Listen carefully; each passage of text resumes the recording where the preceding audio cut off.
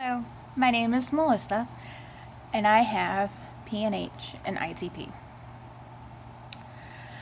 On October 12th, 2013, I married the love of my life, my husband, Jonathan. See? Little did we know, in 4 months afterwards, our lives would be turned upside down.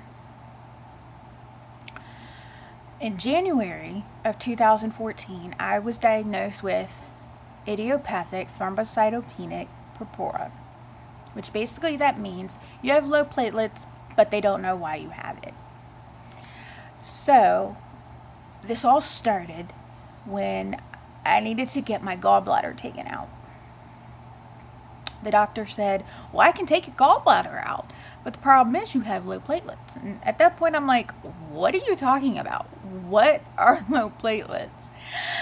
So, basically what a platelet does is that if you were to cut yourself, that's what closes the wound, that's what clogs up the blood and closes up the wound for you, so you stop bleeding, is a platelet. And mine were low. The normal range for somebody is 100,000 to 400,000, and mine was 40,000. That's how low mine were. 40,000. I think we're getting ready to have a thunderstorm. I thought I'd just throw that in there. I'm trying not to make this all serious. I will try to be as comedic as I can. So, I met with a hematologist named Dr. Alberco, and he told me when I get out of the hospital to follow up with him. So I was like, okay. I did a bone marrow biopsy. I got my gallbladder taken out, and I followed up with him.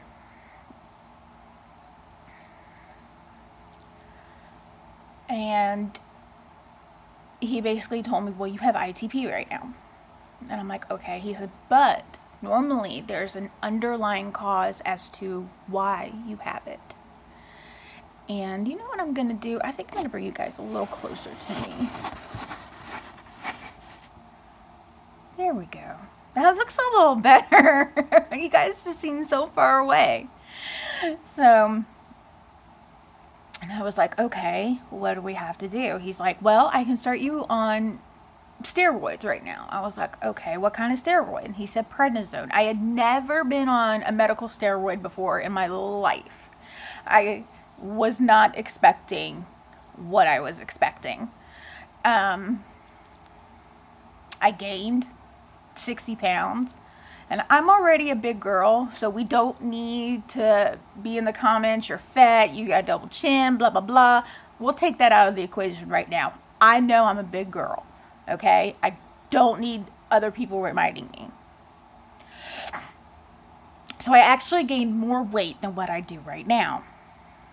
And my face swelled up. I referred to myself as that kid Russell from the movie Up. That's how big my face was. My feet swelled up. My legs swelled up. I was in rough shape when I was on the steroids. And I couldn't sleep at all. But he finally took me off of that. But my feet and my legs swelled so bad. They were like worse than what a pregnant woman's feet and legs swell, you know, during their last bit of pregnancy. That's how bad they were.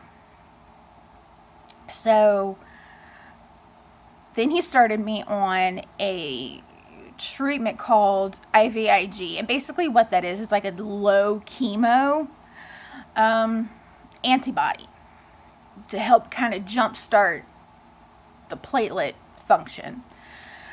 And that didn't work. And he put me through that twice. Then he put me on Rituxan, which is basically the same thing, a low version of chemotherapy. The first time he put me on that, I started losing my hair. And I started freaking out because I was losing my hair. Because I was told that wasn't going to happen, but it was. I mean, I would clean out my brush my hair, take out the hair and it would be a hairball about this big. Just from brushing it one time. So, my good friend Lauren, shout out to her, because if it wasn't for her, I would not have gotten through that period. So, shout out to my girl Lauren. She cut my hair to the point where I didn't have to shave it, but it wasn't falling out as much as it was. So basically what she had told me was that, Melissa, all your dead hair is falling out. And that's what's happening. So I just told her to cut it all off. So we did. It's grown back since then. It's just put up in a bun right now. So then I dealt with those treatments all throughout 2014. December of 2014, I had to go to the emergency room because I was experiencing really bad abdominal pain, more than what you would if you would have a normal stomach ache. And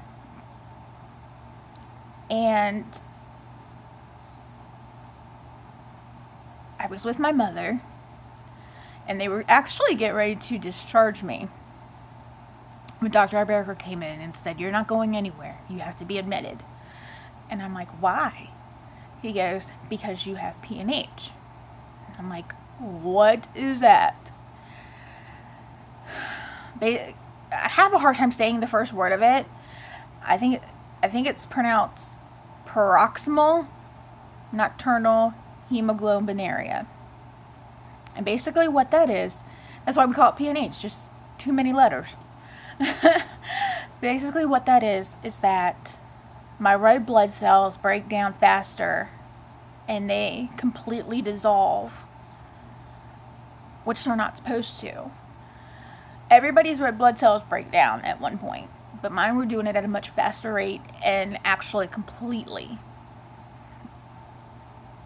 What that caused is hemolysis in the body,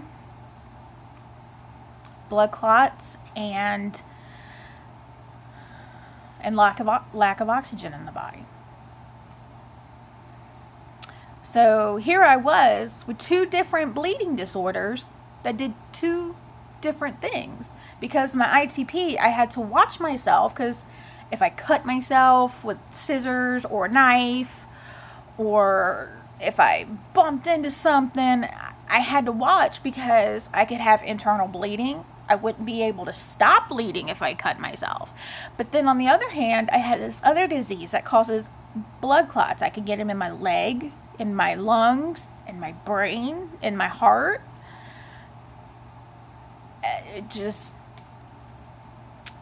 It wasn't pretty when he told me that. But I was happy. It was a bittersweet moment for me because I was able to know why this is happening to me. Why did this happen to me in January? Well, this is why. So it was kind of a bittersweet moment because I got conclusion on one thing, but then we had to start with something totally different. So he started me on a treatment called Solaris. Let me tell you a little something about this treatment. It is the second most expensive drug in the world because there are only 8,000 to 10,000 people in the whole world who have this disease. This is how rare this disease is. It's not hereditary. It's an acquired disease. It just happens. We fought my insurance company tooth and nail for 4 months to get us to approve this treatment. And at first, the only way they would approve it is if I was in the hospital. That makes no sense, does it? I couldn't get my treatment through his office. I had to get it through the hospital. And I had to stay there for 48 hours. So the whole month of January, every week I went to the hospital to get my treatment. Same thing for February, March, and April. I ended up having to go to the University of Virginia, to their oncology unit, to trying to get the final stamp of approval for the insurance company. Like, look, she has this disease. She needs this treatment or she's going to die. So the insurance company finally came around and decided to cover it, which thank God, because just to have a year's worth is roughly around $700,000 just for a year's worth of this medicine. It's pretty bad. And then 2015 was when I was at my sickest. I started having really heavy girly times of the month. You females know what I'm talking about out there. And in June, they had to do it, my gynecologist had to do what's called an endometrial ablation to stop the bleeding. So now I can't have children.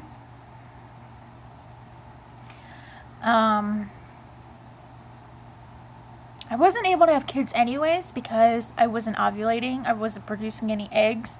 But I would have my girly time of the month because of the tissue that was on my uterus would thicken up, and that's what I would be bleeding. But it came to the point where my gynecologist said, Melissa, if you don't do this, you're going to bleed to death. So I had to do it. It was a very hard decision. I'm sorry, I'm going to cry.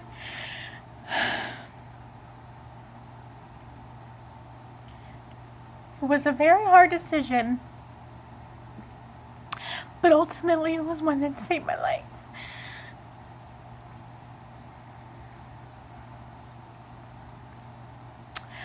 Whew. I went through 2 more bone marrow biopsies to find out that the platelet function in my bone marrow was not producing enough platelets at a fast enough pace. Ruining my eye makeup that I worked so hard on to do this video.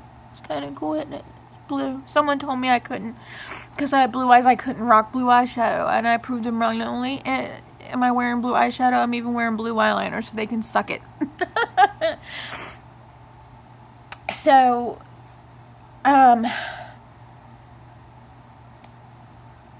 yeah, I had to do that. I had to get an IVC filter put into my lungs because I ended up getting pulmonary embolisms in my lungs. That was around March.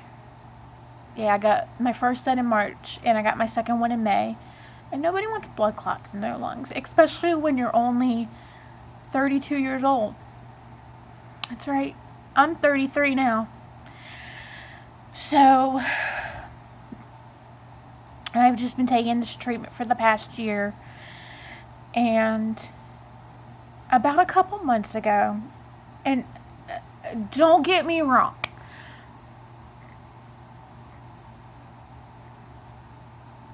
it's hard to deal with anything these days. Don't get me wrong on that. It wasn't until as of recently, I would say about 3 months ago, that I finally turned around and said, Melissa, you got to do something about this. You can't just lay in your bed and feel sorry for yourself all the time. I was gaining more weight. I didn't like the number that was on the scale. So I finally said, screw it. I need to go on a diet. And so I did. I am now 30 pounds away. No, 34 pounds away from me hitting 100 pounds lost. And I still got a ways to go. Trust me, I do. So like I said, I don't need anybody to tell me I'm fat, I have a double chin, whatnot. I already know all this. And I'm taking the steps to improve myself. Trust me, I'm going to try to get the before and after pictures of what I was in 2014 to now. Because trust me, there is a big difference. So, not only that, but I felt like I had to start taking care of myself better. Start making myself feel good again. And my husband, He has just been the best through all this. I don't know what I would have done without him. I think I just would have given up. Really, I probably would have. But he's my backbone. And I love him for it. I'm gonna cry again. I'm such a friggin' sap. Maybe I'll get him to be in one of these videos with us. So, then I started telling myself, Melissa, you need to do a little bit more with yourself. And that's when I came across Miss Kristen Leanne. And you will hear me talk about her because I think she is just the most admirable person. She really helped me. And she doesn't even know. Because she lives in San Diego and I'm here in Virginia Beach. She really helped me. Because she started talking about how she went cruelty-free with her makeup and her health items, and I was like, you know what? All my makeup is broken and it's old. I'm gonna do the same thing. So I did. In the past month or so, I went and I bought new makeup. My husband bought me the Alice in Wonderland, the Looking Glass palette from Urban Decay. He's got me all kinds of cruelty-free makeup to make me feel good about myself again. And to make it to where I want to get out of bed. I want to look good. I want to feel good. So, he did that for me. And I appreciate it. So, but basically what this channel is going to be is basically a look into my life fighting this disease, and hopefully we'll have a remission celebration. If we have a remission celebration, I'm inviting every single one of you to Virginia Beach to come celebrate with me. I'm telling you, I'm going to. Oh, and another thing, not to be all blah, blah, blah, name drop on this, another thing that I started to do to get myself out of the house more was I started selling Scentsy. I did. I met my goals. I met my first month goal. I didn't even leave the house. I did an online party and I met my goal. It's pretty cool. So, yeah. Sorry, I'm sniffling because have my little episode there. But yeah, basically what this is going to be, it's going to be a look into my life with this disease. Because like I said, not many people have it. And I also, want to do fun stuff. If you guys have any thing on what you want to do, you want me to make a fool out of myself, you want to see what my husband does when he's off work. By the way, my husband is an LPN for a nursing home. And they love him. They really do. So, who knows? I might do a makeup tutorial. But I have a disclaimer. I am in no way, shape, or form a makeup artist. So, yeah, that's it. I might tell you what products to go get. But I am in no way, shape, or form a makeup artist. But I will put on there what I do have on today. So, I think that's all that I need to say. I want you to join this journey with me. And I want you to understand that there's more to life than just, either punching a time clock or taking care of a family. There's more to life than that. Your life could change in the drop of a hat. And that's when I learned that I have to live my life the way that I need to. And hopefully you are too. Alright, enough of the mushy stuff. But seriously, And we're gonna have some fun on here. Okay? I want all of you guys to be good to each other. Don't be mean in the comments, because I will not have that shit. I'm telling you that right now. I am a very outspoken, very fun-loving, very outgoing person. And I won't tolerate any type of racism, sexism, you know, I'm sorry, not anti, but homophobic. If that's who you are, leave now, because I don't want you here. I want everybody to be nice to each other in the comments. And like I said, yes, I know I'm a big girl. I don't need you to remind me. I'm taking care of myself. And I'm telling you, just by watching what you eat and watching your portion size does make a difference. And here we go. I have a question for you guys. See? First video, I already want you guys to give me some input. As far as exercise go, I can't really do a lot of vigorous exercising because of the lack of oxygen that I'm getting from my lack of red blood cells. So I want you guys to kind of give me some exercise options that I can do. My most horrendous areas are my arms and my midsection. Keep that in mind. So, but yeah, I can't really do anything vigorous. So something that's just, you know, very easy for me to do so that I'm not passed out on the floor. That'd be great. Alright, you guys. I don't think this was bad for my first video. So, but now you know who I am, what I'm going through, and I cannot wait to continue this journey with you guys. Okay? Bye. Thank you so much for watching. And I will have, I will put in the description box below the eyeshadow and the lipstick and all my makeup that I'm wearing. Okay? Thank you so much.